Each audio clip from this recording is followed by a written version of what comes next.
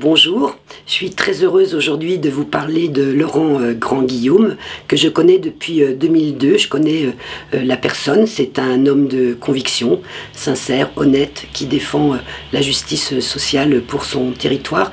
Et je connais également l'élu depuis mars 2008, puisque nous avons le plaisir de travailler ensemble sur un certain nombre de dossiers en faveur de l'emploi, et plus particulièrement de l'emploi des jeunes, que ce soit la mise en place de la bourse au permis de conduire, les cafés de l'emploi, les forums des métiers que nous réalisons sur le quartier de la Fontaine-Douche et des Grésilles. Donc c'est quelqu'un que je connais depuis un certain nombre d'années et dont je dirais les convictions n'ont jamais changé. Convictions de justice, justice humaine, mais aussi de démocratie participative. Il souhaite vraiment associer tous les habitants à son projet politique.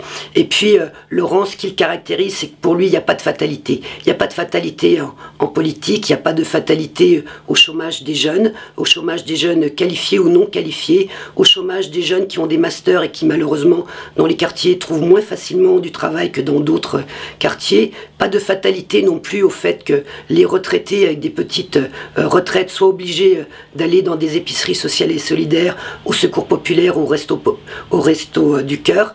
Pas de fatalité non plus au fait que les familles monoparentales ou les couples avec des petits revenus soient obligés de choisir entre manger ou se chauffer. Pas de fatalité non plus pour les personnes handicapées qui ont des revenus très inférieurs au seuil de pauvreté. Et parce qu'en politique, je ne sais pas si Laurent le dit, mais je suis sûre qu'il porte cette conviction. Quand on veut, on peut. Je sais qu'il veut beaucoup pour le canton 5. Il l'a déjà prouvé depuis son élection. Et comme il le veut, je souhaite que vous serez nombreux à voter pour lui, pour que ce qu'il veut, il puisse le faire dès le mois de mars 2011.